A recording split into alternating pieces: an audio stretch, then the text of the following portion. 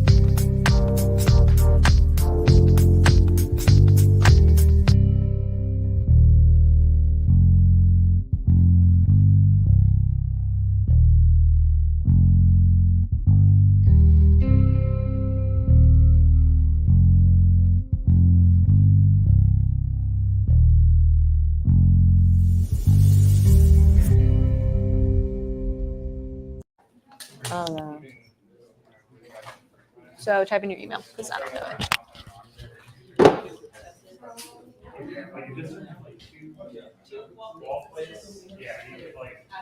Do you think it'll still open? I know. We're about to find out. Okay. Are you trying to open it from here? You have to open it from there. Okay. Yeah, Just can you gonna open look it? and see. And Yeah. Sorry. No, you're good.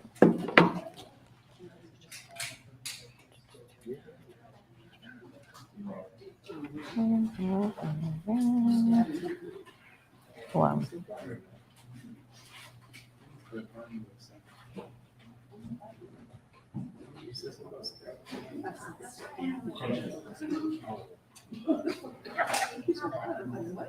See if you can log in through yours. If you can log in with Google, it should invite you, right?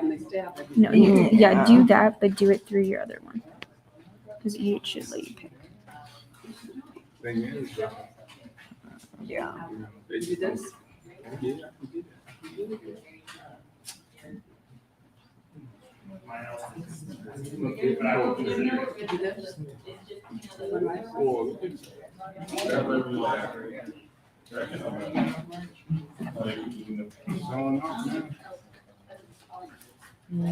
Maybe if I click this one.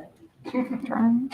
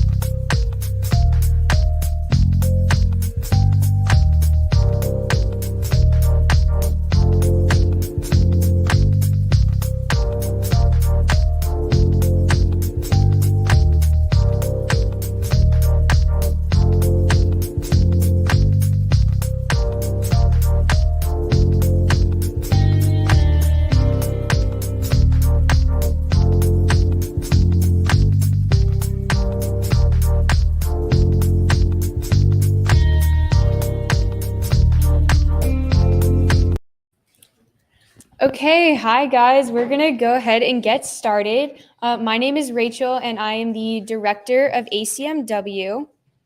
So today we're going to be doing an intro to Java programming workshop, and that's going to be led by our wonderful vice president over here, Adriana.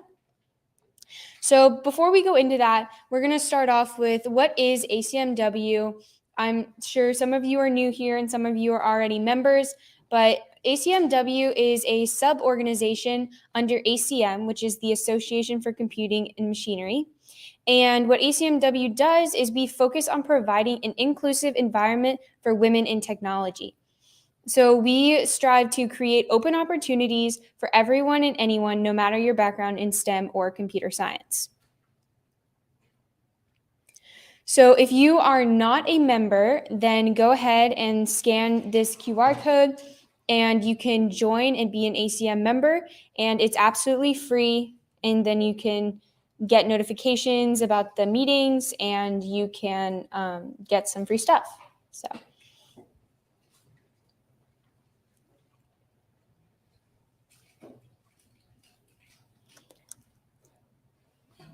Now, if you are already a member, this is the sign-in QR code. So you do have to attend a minimum of 7 meetings in order to be an active member. So you do want to scan this if you're here. And also by scanning this, you are entered into the raffle to win a prize at the end of the meeting if you're in person.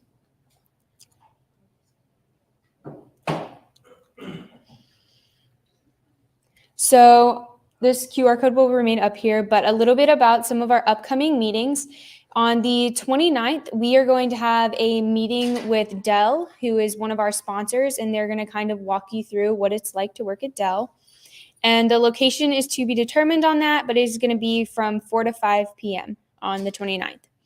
Then looking even further ahead, on October 13th, we are going to be doing an alumni panel. These are just going to be some people who are some women in either CS or cybersecurity, and they are going to come and talk to you about maybe some struggles they've faced or some things they've done in order to get jobs, anything like that. So we are currently looking for junior officers. It is a great way to get some leadership experience. You get to shadow an ACM-W officer, put it on your resume. There's absolutely no experience required, and it's a great thing to add, especially since ACM-W is a nationally recognized organization. Also, we have our hackathon for marginalized genders coming up, and this is Code Quantum's, they're running it.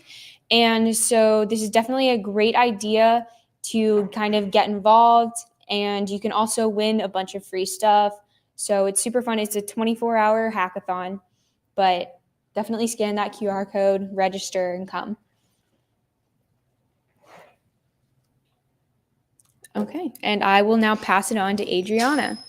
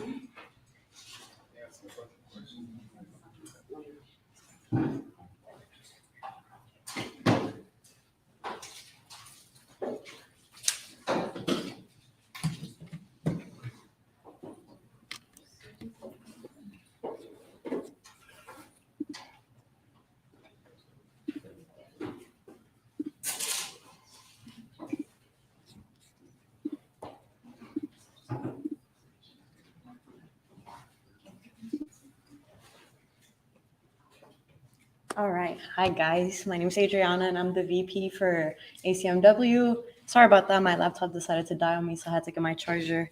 And today I'll be teaching you a little bit about Java. Not a lot, because there's a lot that goes into Java, a lot. So we'll just practically go into like the bare bones of like Java, if that makes sense. All right, so just to start off, programming versus coding. So what exactly is programming? Programming is the process of transforming ideas into unambiguous instructions that computer can understand and execute. So practically, it's kind of our way of communicating with computers, if that makes sense, in a way. And then on the other side of that, we have coding, in which coding is a part of programming that strictly deals with converting the language that we understand into binary commands for the computer. So essentially, binary commands is what the computer will actually understand rather than the programming language we're actually writing in. So think about it. Think about programming a little bit of like a cookie recipe. You know, cookies have flours, eggs, butter, sugar, baking soda, whatever it is you wish to add to them. But there's always a specific amount that you have to add to them.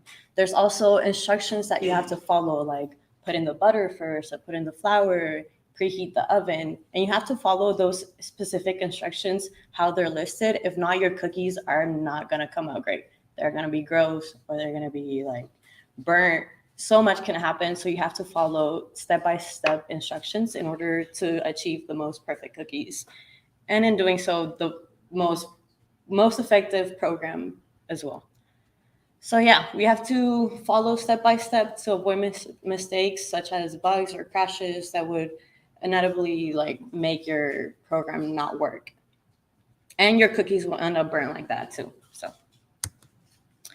So overall, essentially through programming, we communicate with Bob. I forgot to mention Bob. This is Bob. Me and Bob, he's my friend computer. And me and him have been trying to, communicate with each other, but we're having a hard time because I speak English and Bob really doesn't understand English. He kind of just understands like zeros and ones. So it's kind of hard for us to get along, but we're trying. That's why we're learning Java today so we can effectively communicate with Bob. And, in doing so, we have to be specific and take into account that computers are sequential, because if we don't do that, then Bob will essentially never understand us. So what is a programming language? There's a bunch of programming languages. These are considered like high level. Each of them have their own syntax and purpose. And we have better languages for specific things that we're trying to carry out through Python, Java, C. They all are great programming languages. However, they all kind of like have specific needs that will better fit what you're trying to execute. So over here, we have Python to the left and Java to the right. With Python, you can see that essentially they're both gonna, at the end, their output is both going to be hello world. However, their syntax or semantics and all of that is going to be completely different since they're two different programming languages. And with that, I'll bring the analogy that I call the straw dilemma. In Spanish, we have a big community and different people come from different Spanish-speaking countries. However, from those countries, they also have specific words that might be different. For me, the straw in Spanish is pitillo, but for someone that might be coming from Mexico, it's popote or sorbeto or pajilla, cañita, calimete. Like there's different ways you can say straw in Spanish. And that kind of to me is similar to programming languages. They all have different syntax and possibly sometimes different meanings, but they all want to essentially give out the same output. And then with that comes machine language, which is considered low level. With this computer language, it consists of binary and hexadecimal instructions, which is kind of the zeros and ones that I was talking about. That's what Bob understands. I don't understand that. Maybe yet I don't understand it, but I don't. Maybe at some point I'll understand it. But to me, it's just zeros and ones. Occasionally, like I understand like binary numbers, but that kind of is where I'd stop at. But yeah, these are the instructions that essentially get translated from your program, and computers follow those instructions. However, this is very complex. So what is special about Java, considering that we have Python? Why am I teaching you Java today? So essentially, Java is easy to learn. It's supposed to be easy to write, compile, debug, and learn. It is object-oriented as well, so it allows you to create modular programs and reusable code.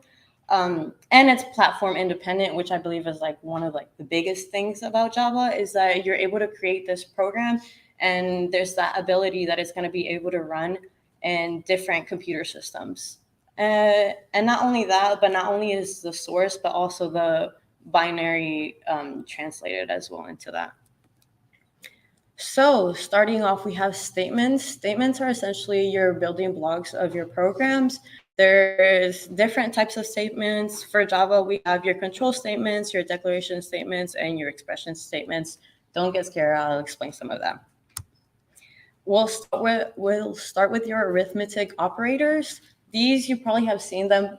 Well, not probably, you have seen them before. It's like your elementary level based, like, adding, subtracting, multiplication, division. And with that, through our programming language, we're able to carry out computations using these operators. But we also have to keep into account PEMDAS. The order of operations is very important as well when trying to carry out calculations or computations in your programming languages. You have to take into account your parentheses, your exponents, and as you can see, all the other stuff that comes with PEMDAS as well. what we carry out in algebra through PEMDAS is carried through as well in your programming languages. And then we have your variables and your assignments. A variable is a name item such as X or numpars used to hold a value. And then an assignment assigns that variable with a value such as X equals 12 or numpars equals 6. So right here, you can see those little boxes. We have the boxes themselves are, I guess, the variable, and that box will, every time you declare it, it will be empty. But as soon as you assign it with something, it will be filled by whatever it is you want to assign it with. So let's say we have a string, which is Bob, and we want to put it into that box specifically. You have to make sure that that box is going to it's going to have enough space for that variable type, which will be a string, which I'll also explain, don't worry. And then we have your variable declarations, which is that statement that declares a variable, specifying its name and its type. And that's how you're going to declare your variables in Java. You just have your type, the variable name that you wish to give it, equals to the value that you also wish to assign it to, followed by a semicolon, of course. Can't never forget those semicolons. And we have variable types as well in Java. We have ints, which store integers or whole numbers.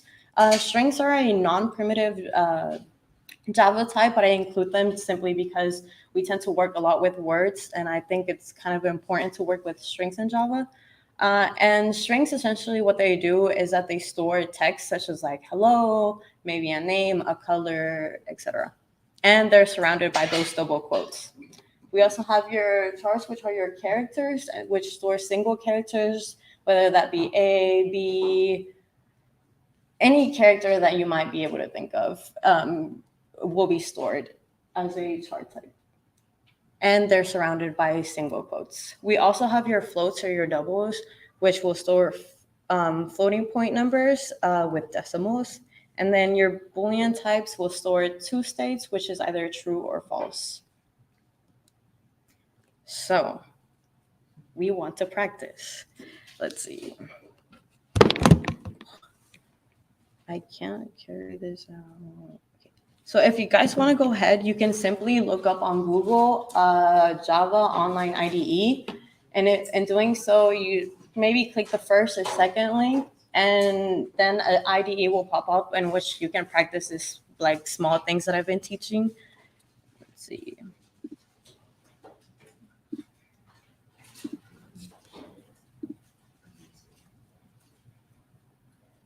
Oh.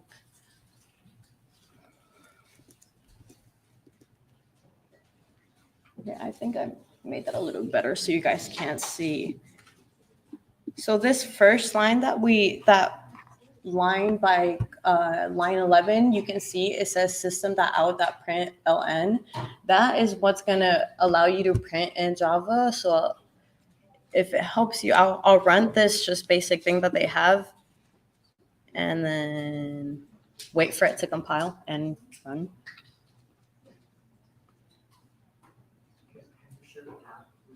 It's not shared.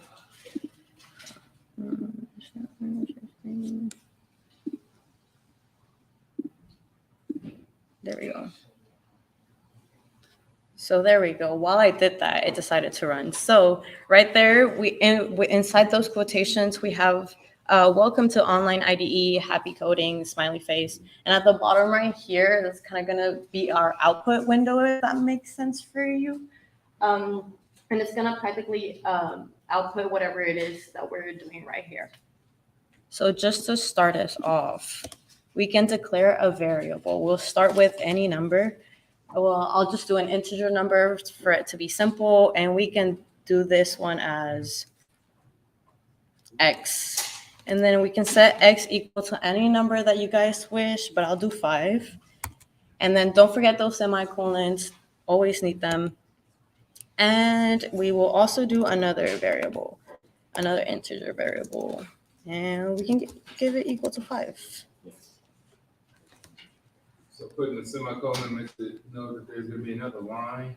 So yeah, so essentially anytime that you do a statement in Java, you have to put that semicolon. That's kind of, it tells it that's kind of like where you stop, if that makes sense, with that statement. Mhm.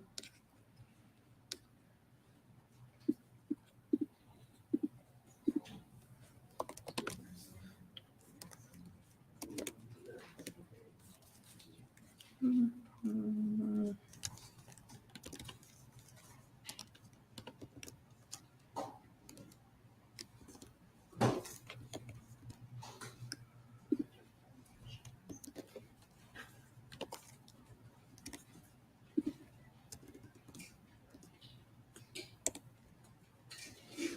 Okay, so what I've done so far is I created three different integer variables. I've created x, y, and z.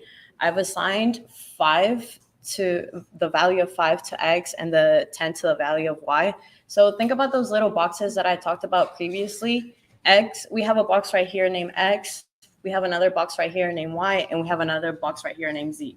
This box right here that we have, x, we're putting that 5 into that box, and x is going to be recognized as 5. And then we have y, 10. We do the same thing. Y is going to be recognized as 10. And then C, I left it empty, and you're going to see y. Is 5 going to be like an integer or a string? So yeah, so you see right there, I declare them all as integer. And once you declare them as integer, you kind of can't change them. The variables, you can't change them, but the outcome you can with something called typecasting in Java, but that's like a whole other different thing.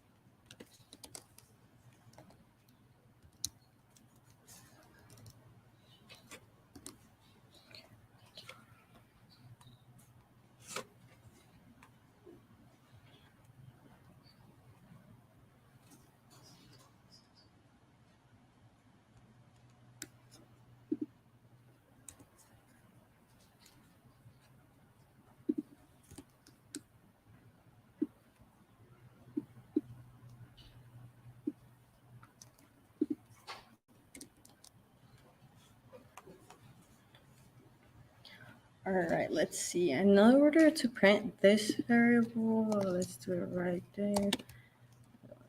Let's see if this works.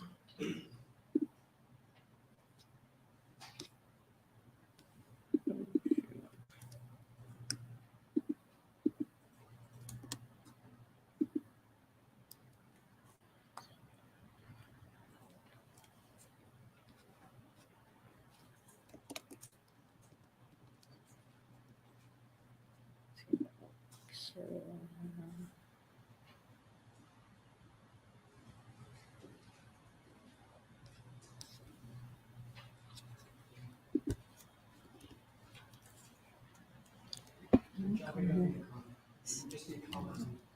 right? Okay, just making sure.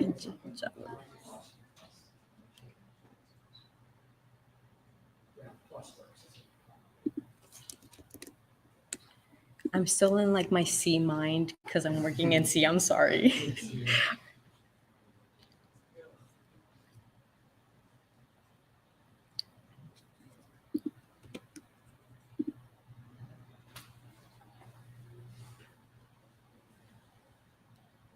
All right, so let's see.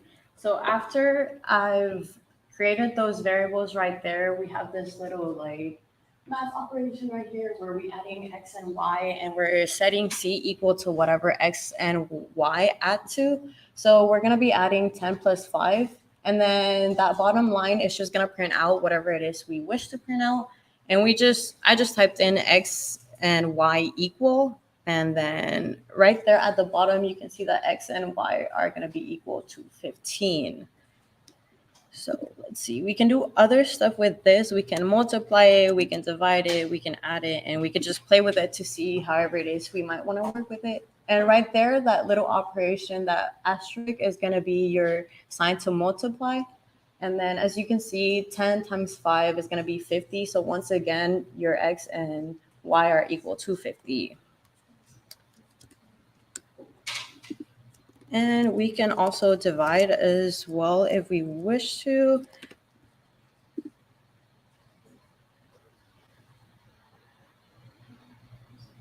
And then right there, you have it again. X and y are going to be equal to 2 after you have divided y by x. We can play with this also. We can create maybe a string variable type.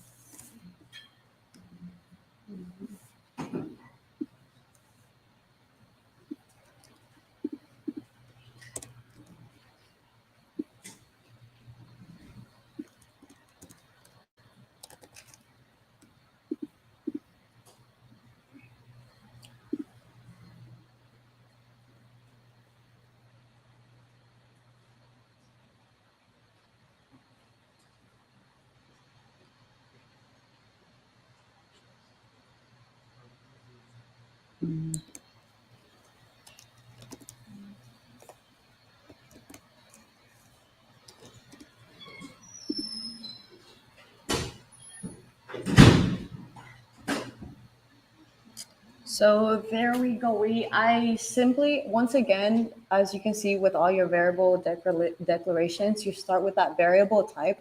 As I started with int and string, and then after that, just your variable name, whatever it is you might want to name it. I just simply chose X, Y, and Z. And for a name, I just chose name since it's kind of like the most effective way to recognize that I am typing out a name. And then you just set it equal to what you want that variable to be. And as you can see, for a string, you need to have those double quotes. And then once again, we go down here to print out something. And I do system.out.println once again, just simply with that string name right there. And then as you can see at the bottom, it prints out that string that I gave it as well.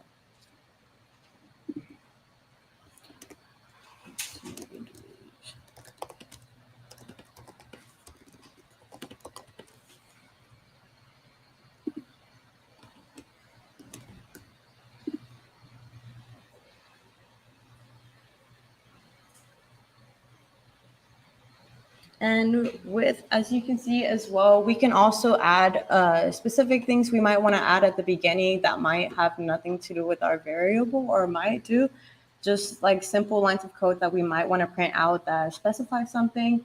And since it wouldn't be kind of like effective to just type out my name, I say my name is. But since I just want that string to carry out my name specifically and not the entire thing, I just save my name as that in that string and then type out my name is and then add that string to that phrase in order to print out that whole phrase. Let's see.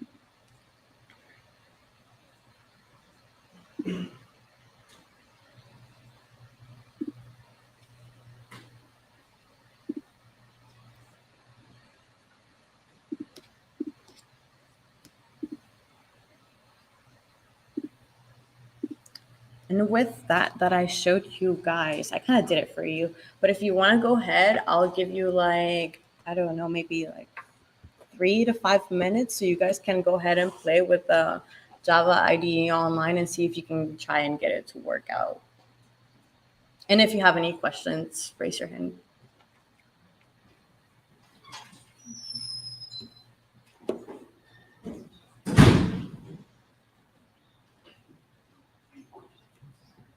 Yes, ma'am.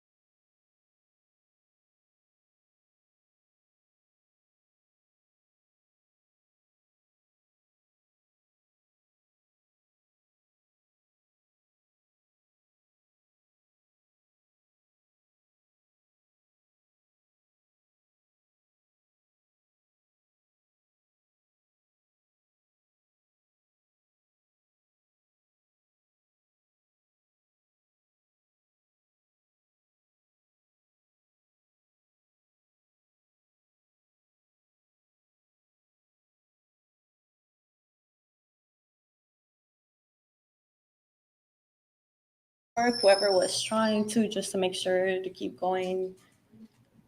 Seems If like, you all need help, we're all here. You can just show it to us, and there's a 2 officers back there. They can hear you guys out. okay, I'll keep going. And then we enter conditional code. So with conditional codes, you kind of have your like if else. We have other things such as while loops, but just for the sake of simplicity, I'll keep it to if and if else statements. So if statements in a program, it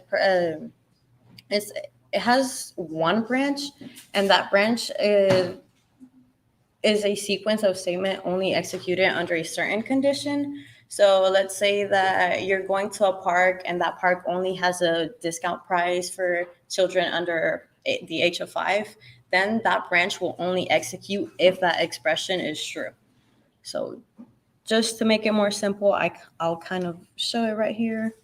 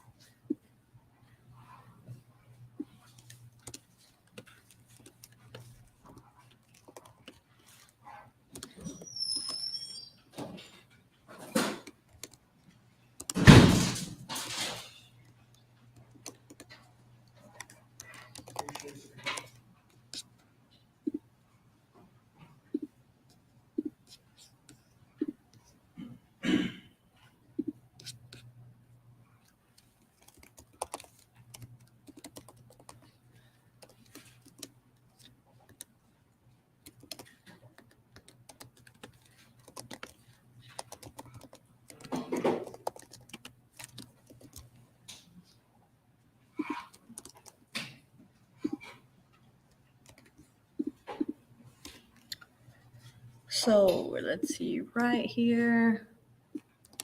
Just delete this.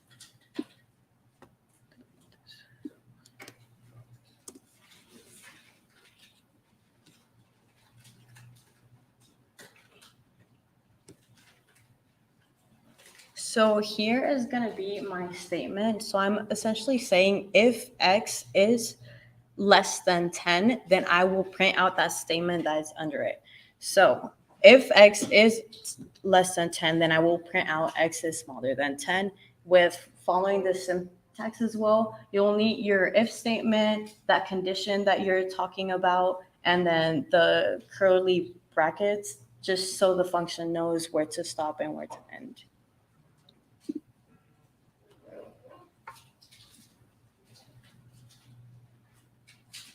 So after running that, your output is X is smaller than 10. And essentially that works because X is equal to 5 and 5 is less than 10. So X is indeed smaller than 10. And then after that, we'll talk about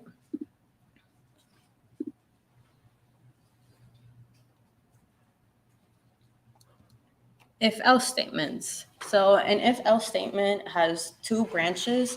The first branch is executed if that expression is true, else the other branch will be executed essentially no matter what condition you put in it. Else will be run if the first branch is not true.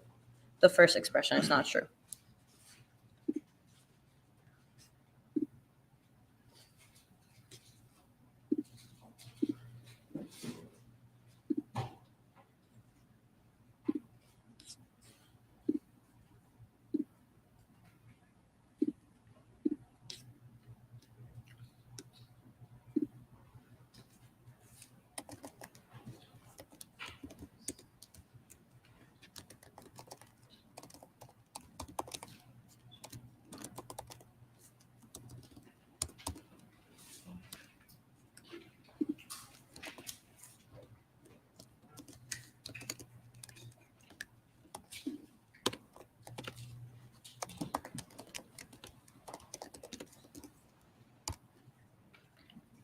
All right, so right here, I have my first condition. If X is less than 10, then I will essentially print out X is smaller than 10. However, my else condition will print out if the first condition is not true, and it will print out X is greater than 10. So let's see. And I forgot the semicolon. So don't forget your semicolons, please. Why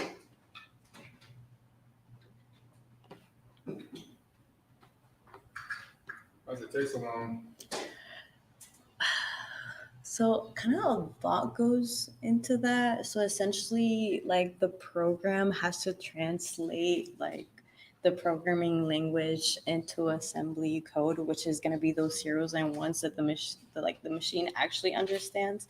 And you also have to compile your code. So like if there's any syntax errors or anything that is kind of like a no, if that makes sense when it comes to coding, then like your program is not going to allow you to execute that program that you created simply because it won't translate it properly to the computer. I mean, it's not a big.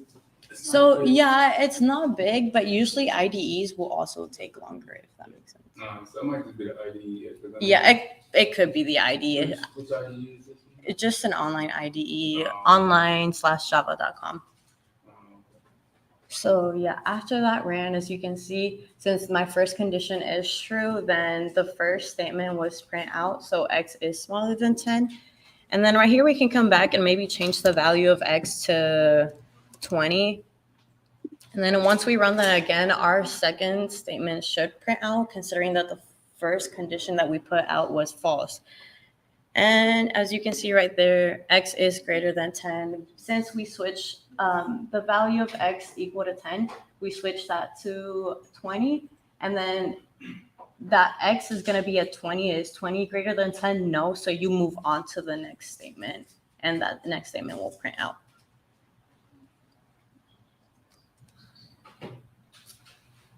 So for this to work, does main have to be up there? Yes. Yeah. So it's this is something that you're always gonna need in Java. That public class main and that public static void main string arguments. You're always gonna need that for Java. Yeah, if that makes sense. That also goes into different other things that Java uses, like functions, prototypes. But that's kind of a little bit too much, I think. Yeah, it's a lot. There's endless possibilities when it comes to programming. There's so much you can do with it that even if I like just trying to compress the basics is a lot. Yeah.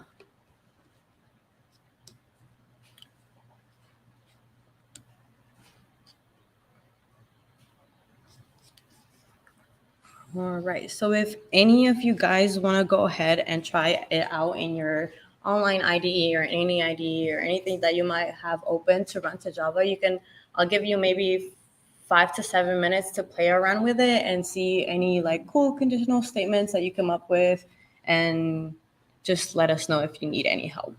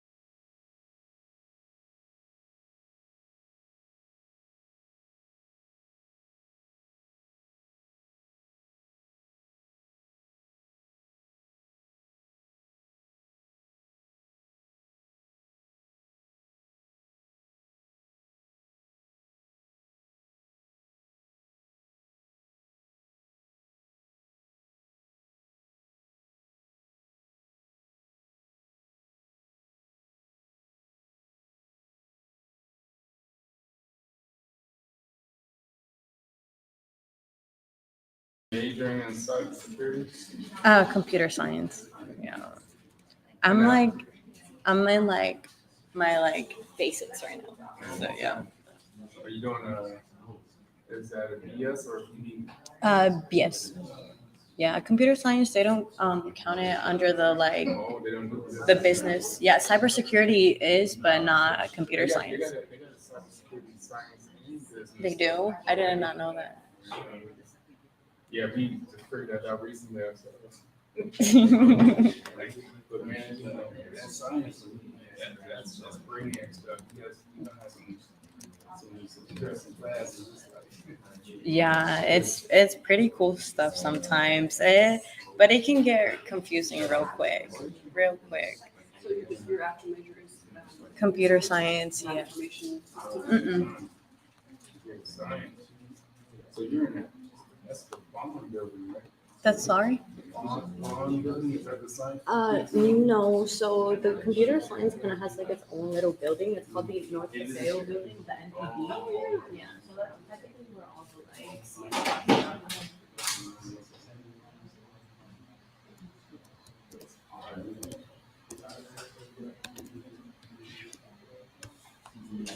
Did you know how to code before you came? No.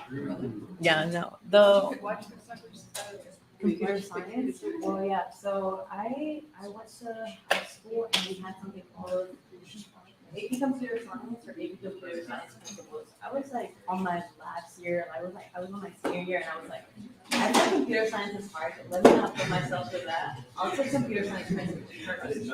So essentially what they teach in computer science principles is kind of like the absolute basic. You don't even actually code in the class, you just talk about the idea of computer science and like jobs and within the computer science field, how exactly it works, how algorithms work, things like that. So I was like, okay, that's kind of cool and interesting. And one time we did a little project in Python. We mainly did Scratch. Do you know what Scratch is? So yeah, like the block codes, and that's practically how we code it. I personally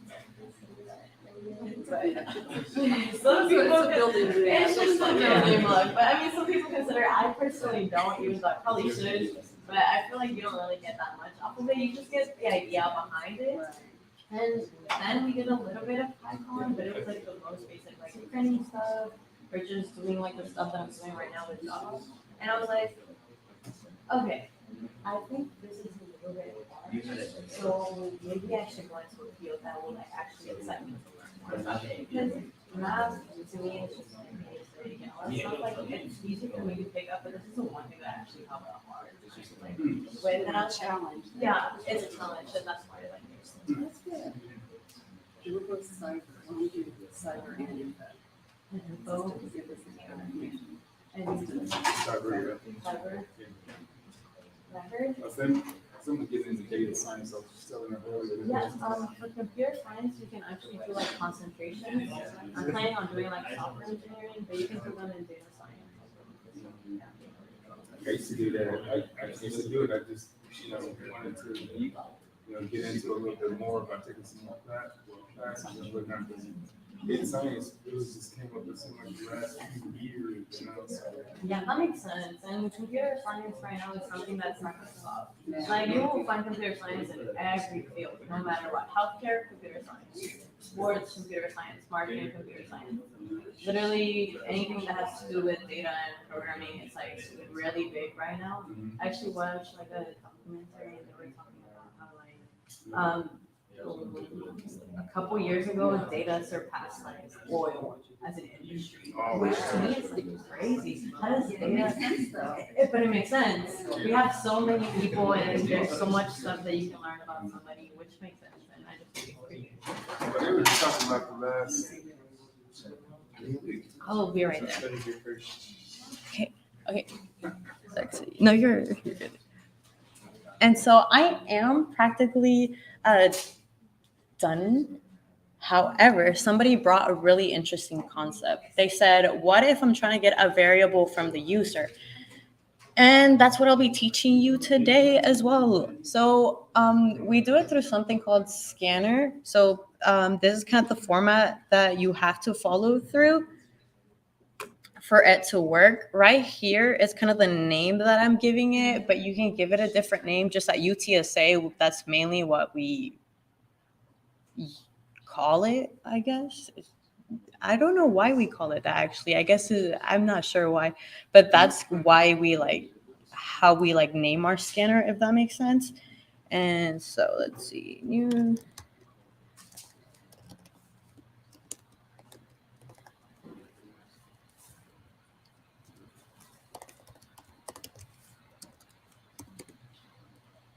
Mhm.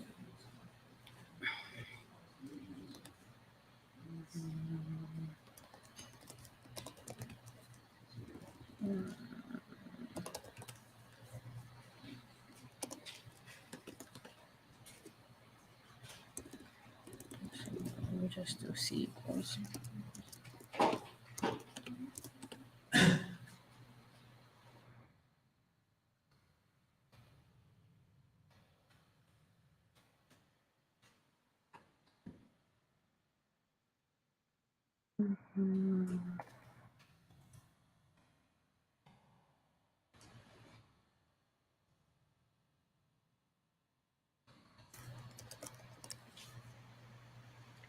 Next,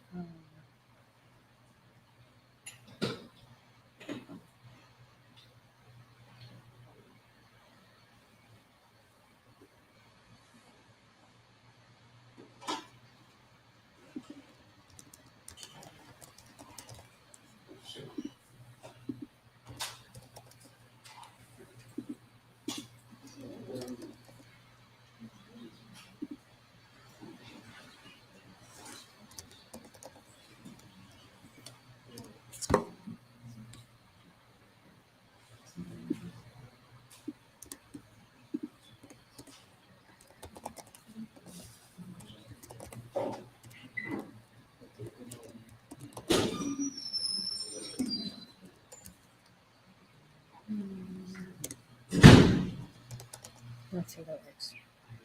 Okay.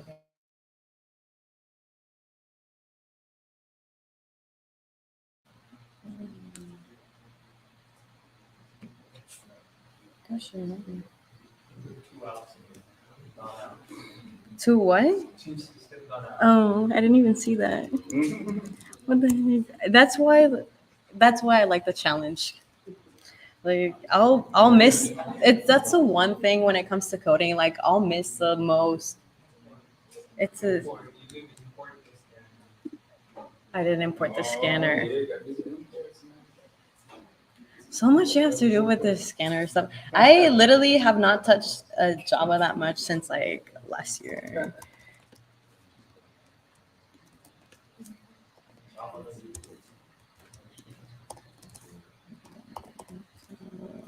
Scanner.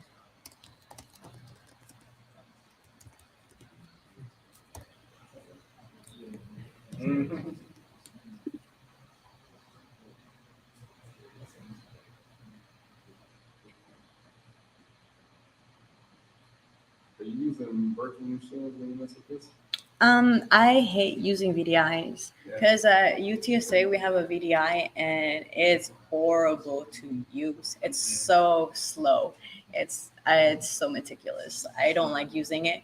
So what I'll usually do anytime that I actually have to program for a class, I'll connect to the VPN and open a terminal on my Mac and connect to like Fox servers and code through there. The thing is, you have to use so much resources. I recently just bought an external hard. I bought an SSD actually. Yeah, so because it takes so much resources to run it. So I was wondering how other people do it.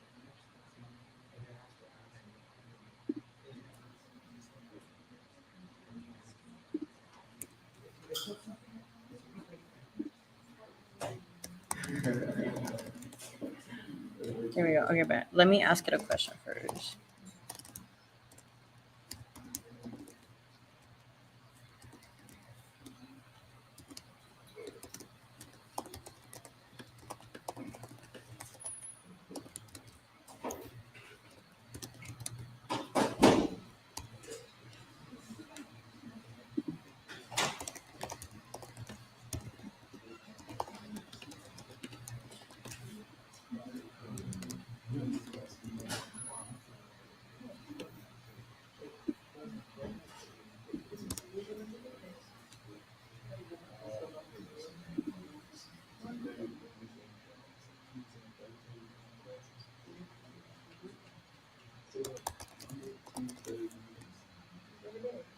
Okay, there we go. All right, just for who asked that question about when anytime we might want to ask the user for a specific variable, you can ask them for any type of variable that you want. Like I said before, integer, double. It just kind of depends what you might ask, but just before you have to make sure to already have that variable and that variable type right there, because if no, then the program itself just won't do anything with it. If that makes sense. You also have to import what's right here at top that I forgot at the beginning. It's going to be that import .util scanner, which is going to help you import this right here, which is how you're kind of able to use the scanner right here on line 17, if that makes sense. So it's not a lot. It's kind of something that once you use a lot, you kind of remember, but you have to keep practicing, because if not, it's really easy to forget about what you might need to do and to exactly carry that out through. So right here, just to start off, I started with declaring a variable, string type variable name. Then I created this line right here, which that right there, system.in, is practically telling us that we're bringing in an input, or like the input that the user is giving us. And then right here, I print out what is your name, just so the user can see that on the screen and they'll type out their names. Because if you don't do that, then the screen is just going to be blank and the user won't know exactly what to do. So you kind of want to tell the user what it is they have to do. So you'll tell them, what is your name? And then once that pops up, they can type in their name, they'll press enter. And once they type in that name, that input that they gave us is going to be stored under that string variable that we named name. And then after that, just to make sure that it works, we printed out your name is, and just added that variable at the end as well. And as you can see, what is your name? Then I typed out my name, Adriana, and then at the bottom is your name is Adriana. And that's practically what I have for you guys today. Thank you for bearing with me and my Java skills. Thank you guys. Have a wonderful day.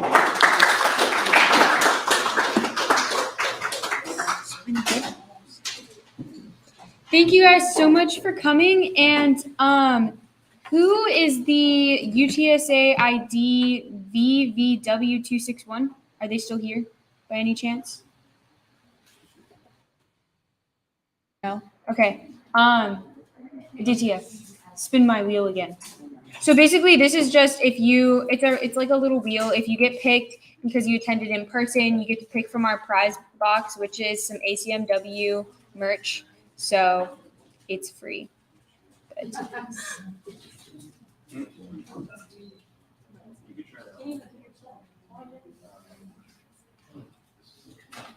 Then you want me to tell me the new ID is JAT345. nice. Okay, here's our winner. But thank you guys so much for coming. It was really, really good seeing everybody, and we hope to see you at the next meeting. Yeah.